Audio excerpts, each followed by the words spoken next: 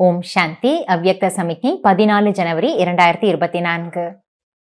जैसे साकार रूप में एक ड्रेस चेंज कर दूसरी ड्रेस धारण करते हो, ऐसे साकार स्वरूप की स्मृति को छोड़ आकारी फरिश्ता स्वरूप बन जाओ।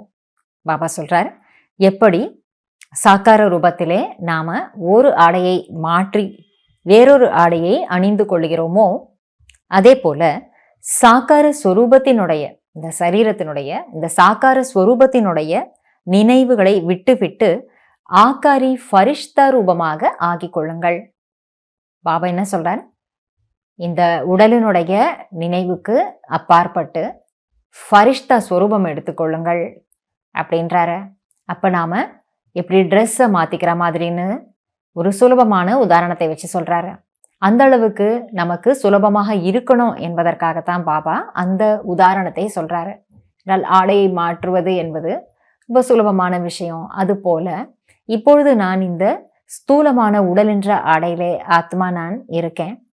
அடுத்த வினாடி நான் நினைக்கும் பொழுது ஒளி பிரகாசமான உடல் என்ற ஆடைக்குள்ள, ஒளிரூப அந்த லைட் உடல் என்ற ஆடைக்குள்ள ஆத்மா நான் பிரவேசமாகி இருக்கேன். அந்த மாதிரி நாம நம்மை நினைத்து பார்ப்போம். இந்த உடலே ஒளி ரூபமான உடலாக, ஏஞ்சலிக் பாடின்னு சொல்லக்கூடிய அந்த தெய்வீக தன்மை நிறைந்த ஒரு தேவதையினுடைய ஒளிரூப உடலாக இருக்கு. அந்த மாதிரி ஃபரிஷ்தா ஸ்வரூபம் எடுத்துக்கொள்ளுங்கள்னு பாபா சொல்றாரு. இப்ப இந்த மாதம் முழுக்கவே நம்ம பார்த்தோம்னா அவ்யக்த ஸ்திதி, அவ்யக்த மாதம், அவ்யக்த சைலன்ஸ் நிலையை உருவாக்கி ஃபரிஷ்தா நிலையை அனுபவம் பண்ணுங்கன்றத அந்த தலைப்பை வைத்துக்கொண்டு பாபா தினந்தோறும் நமக்கு ஒவ்வொரு பாயிண்ட்டையும் சொல்லி கொடுக்குறாரு. இப்போ இன்றைக்கு பாபா சொல்றது, ஃபரிஷ்தே பன்கி ட்ரெஸ் செகண்ட் மே தாரண் கர்லோ.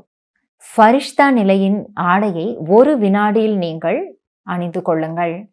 அதை போட்டுக்கிறதுக்கு நமக்கு ரொம்ப நேரம் ஆக போகிறதில்ல. ஏன்னாட்டா நம்ம ஸ்தூலமா எந்த ஒரு உடையையும் கையில எடுத்து ஒன்றும் போட போறதில்ல. நம்முடைய சங்கல்ப சக்தினால நாம அந்த ஆடையை மாற்றிக்கொள்ள போறோம். அதாவது நம்முடைய சொரூபத்தை தான் உள்ளுக்குள்ள மனசுக்குள்ள மாத்திக்க போறோம். அதுக்கு நேரம் எடுக்கணும்னு அவசியம் இல்லை. ஆனா பயிற்சி நல்லா செஞ்சிருந்தா நேரம் அதிகம் ஆகாது.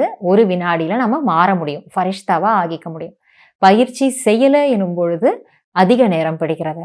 ஆனா அடிக்கடி பயிற்சி செய்ய முயற்சி செய்ய அதிக நேரம் எடுப்பது அப்படிங்கிறது குறைஞ்சு ஒரு வினாடியிலே நம்மாலே அழகான ஒளி ரூபமான ஃபரிஷ்தாவா ஆக முடியும்.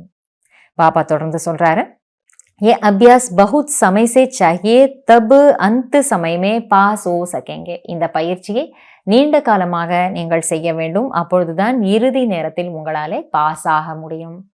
இறுதி நேரம் அப்படின்றது எப்பொழுது வரும் இது யாருக்குமே தெரியாது. இறுதி தேர்வுங்கிறதும் ஒரு வினாடியினுடைய தேர்வு. அந்த ஒரு வினாடியினுடைய இறுதி டெஸ்ட் பேப்பர்ல நாம பாஸ் ஆகணும், தேர்ச்சி அடையணும்னு சொன்னா நீண்ட காலம் இந்த பயிற்சியை நம்ம செய்யணும். நான் ஒளி ரூப உடலில் இருக்கின்ற ஒரு ஃபரிஷ்தா, இந்த ஸ்வரூபத்தை அடிக்கடி நாம உருவாக்கிப்போம். அதன் மூலம் பாபாவினுடைய நெருக்கத்தையும் சமீபத்தையும் நாம நன்றாக அனுபவமும் செய்ய முடியும். பாபாவினுடைய அன்பு சதா நம் கூடையே துணையாக குடைநிழலாக இருக்கு என்பதையும் நாம அனுபவம் பண்ண முடியும். நன்றி பாபா. ஓம் சாந்தி.